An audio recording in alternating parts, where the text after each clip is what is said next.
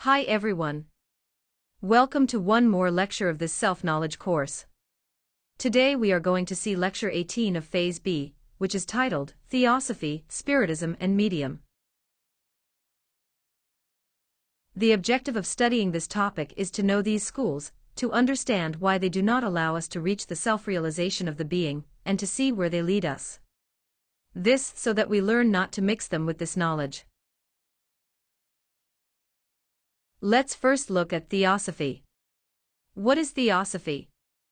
The word Theosophy comes from the Greek roots theos, meaning God, and sophy, meaning wisdom. Therefore, the word Theosophy refers to the wisdom of God. This school appeared in Russia, in the late 19th and early 20th centuries, and was founded by Helena Petrovna Blavatsky. She was an initiated who had as its mission to prevent the dialectical materialism of Karl Marx and Lenin from ending all the spiritual principles of that region of the planet. Therefore, the work of the Theosophical school was to fight against skepticism, since dialectical materialism came with the mission of leading the whole world to total atheism, through materialistic logic and intellectualism, convincing the whole world of that God or the spiritual doesn't exist. Therefore, the Theosophical school had the objective of scientifically demonstrating that the soul does exist. To this end, this school dedicated itself to teaching and practicing parapsychology, the different powers of the mind, psychic phenomena, astral projection, hypnotism, telepathy. Also, the materialization of specters and mysterious voices, post-mortem apparitions, the awakening of latent faculties in all people, etc. But if we study this doctrine, we realize that the objective is not the self-realization of the being, since it doesn't teach the three factors for the revolution of the consciousness. It doesn't teach how to eliminate the psychological defects where our consciousness is trapped and conditioned. It doesn't teach about the need to reach chastity, nor the need to create the existential bodies of the being through suprasex. And although this school spread throughout the world thanks to the sacrificial work done by its students, it doesn't focus the third factor to teach others to seek their self-realization. The Theosophical school recommends vegetarianism. They teach that mechanical evolution will lead us to enlightenment. They don't teach that there is involution, and the need to revolutionize oneself in order to free oneself. So, as we saw, it only sought to keep spiritual hopes alive and latent, so that people wouldn't fall into the most absolute materialism. Now let's see. What is Spiritism? Spiritism, or spiritualism, is a system of belief or religious practice, based on supposed communication with the spirits of the dead, especially through mediums. This was a doctrine, developed in the second half of the 19th century, in which figures such as Allan Kardec participated. This school teaches the technique to achieve communication with the soul of the dead, or what they call the spirit of the disembodied. But it happens that what the spiritualists call spirit is not the real being of that disembodied, but is a psychological I, or legion of defects, of a disembodied person.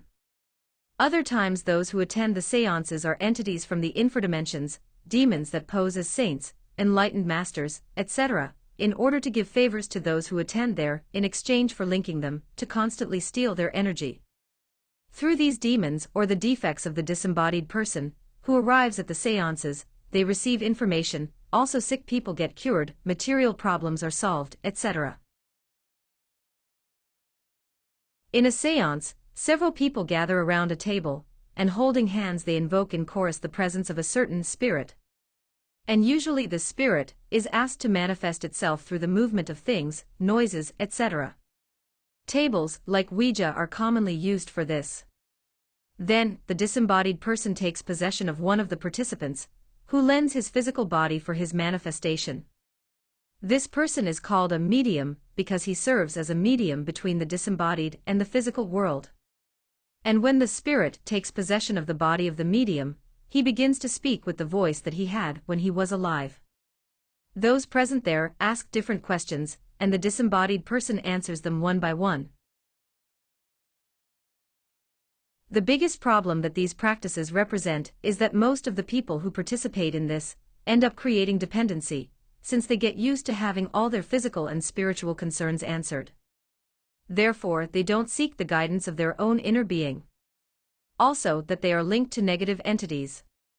And as they temporarily resolve their situations, they usually recommend other people to attend these places, leading more and more people to become dependent on these practices.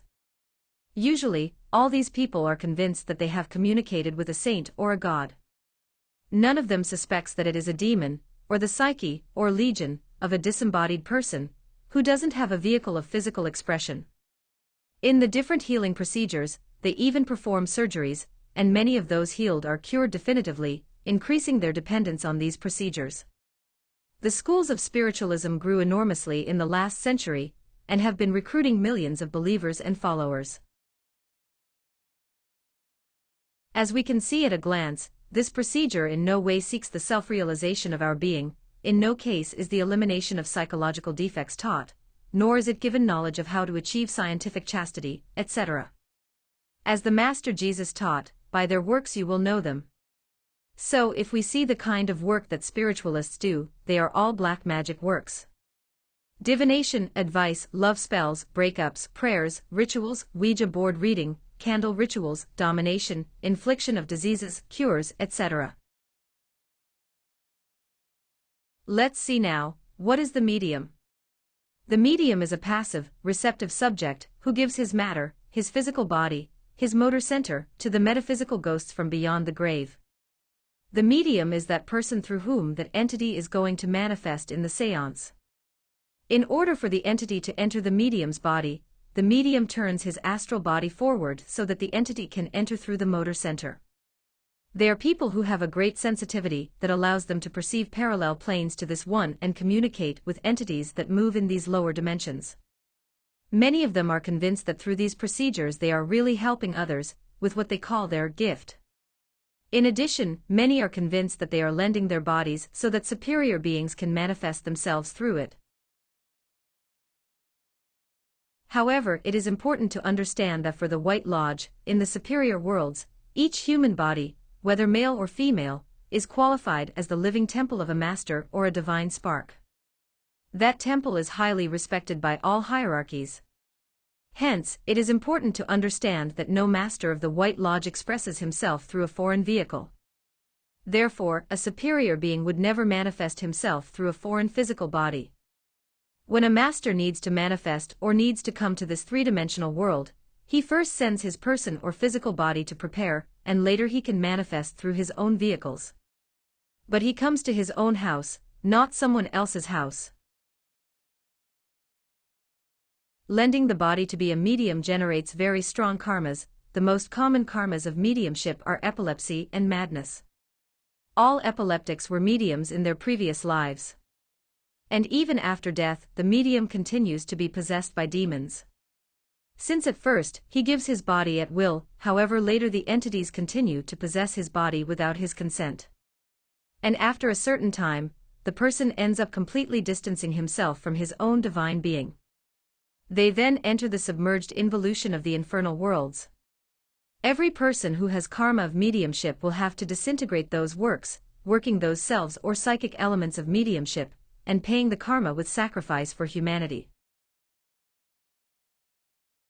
As we saw, these schools, although they seem very attractive because they seem to have the answers to problems that we may have in life, they really don't lead us to achieve that purpose of our existence, which is to become one with our own inner being.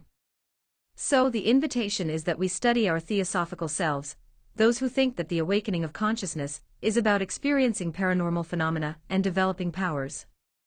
This defects will move us away from what is really important, to die, to be born, and to sacrifice for humanity.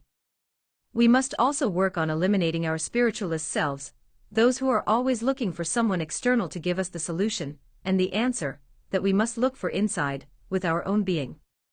In addition to the fact that if we have participated in spiritualist sessions, we must work on all the selves that led us to participate in those practices. And finally, of course, observe our medium selves, those who want to generate dependence on others, either by interpreting their astral experiences, or bringing them reasons from the internal worlds. We must know that each one has an internal being that is our guide and our master, and that we must follow him. I'll leave the explanation of this interesting topic here. I look forward to answering any questions you may have on this subject. In the next conference, we will talk about another very interesting topic. We will talk about that character who has been known as Lucifer, Devil, and Satan, to understand the reality behind this. Until next time.